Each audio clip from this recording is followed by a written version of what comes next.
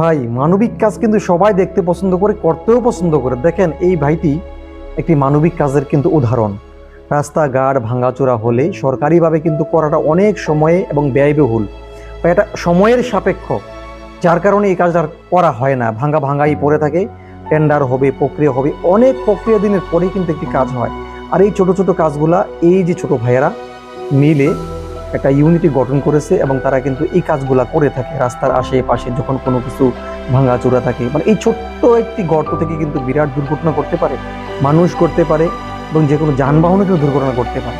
আর এই কাজটি ওরা বিনা স্বার্থে নিজের অর্থায়নে এই কাজগুলা সমাধান করতেছে। দেখেন, কত সিমেন্ট, বালু, ইট, কংক্রিট দিয়ে উনি একাই এগুলা মিশ্রণ করে, পানি ঢেলে এবং সুন্দর একটি মিশ্রণ ঢালাই করে কিন্তু এ ঢালাই দিচ্ছে।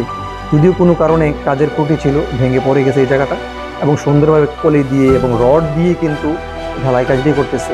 এখন এই মানবিক কাজগুলো দেখলে কিন্তু আপনি টাকা দিচ্ছেন না, সুতরাং দেখে হয়তো একটি লাইক করতেছেন, সর্বোচ্চ শেয়ার করার চেষ্টা করেন। তাহলে যখন অন্য মানুষের কাছে ভিডিওগুলো যাবে, মানুষ দেখবে, তখন বুঝবে যে না, আসলে মানবিক কাজগুলো কতটা ভালো, কতটা সম্মানজনক। এরা নিজেরও প্রাউড ফিল করবে যে না, আমাদের এই কাজগুলো দেখে মানুষ গর্ববোধ করে এবং আমাদেরকে লাইক করে, এবং সবাইকে দেখার জন্য ভিডিও শেয়ার করা অত্যন্ত জরুরি।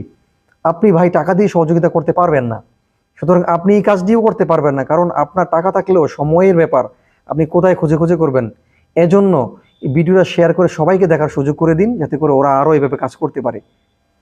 একটি গঠনমূলক কমেন্ট করার অনুরোধ রইল। ভালো থাকবেন সবাই, আল্লাহ হাফেজ।